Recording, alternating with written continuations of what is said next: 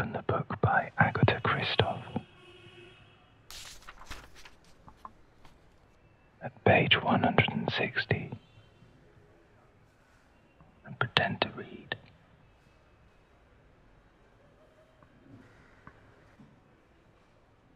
In truth, you find it hard to look at a page with so few words on it and not read them. You find yourself reading, after all.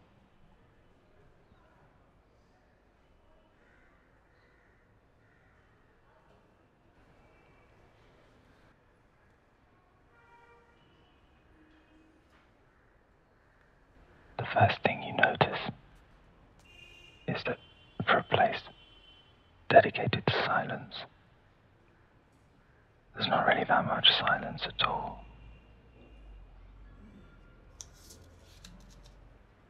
After a while, you start to think that it might be better considered as a place dedicated to the collection of sounds. The sounds of things being dragged from bags.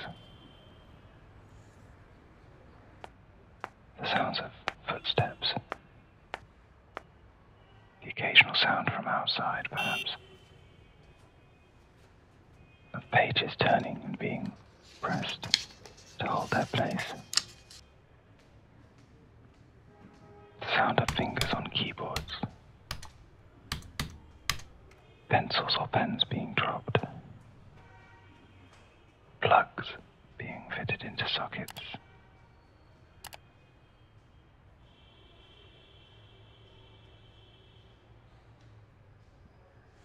Turn it upside down and hold the book as if to read it.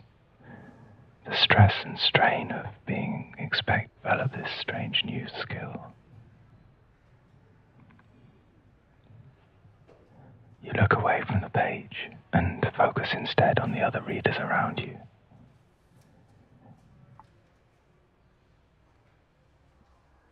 Okay, stop reading now, wherever you've got to, and fix your eyes on the last words that you read.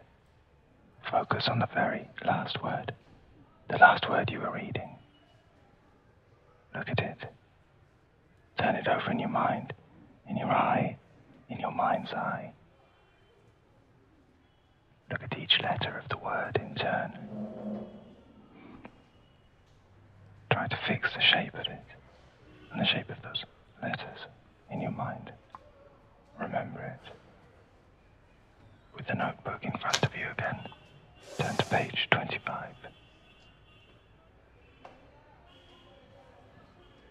Try to imagine that word, the last word you read from the book, Blindness by José Saramago, there in the center of that page.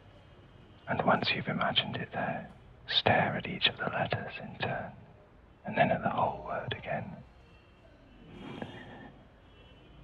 Now, make the word start to fade.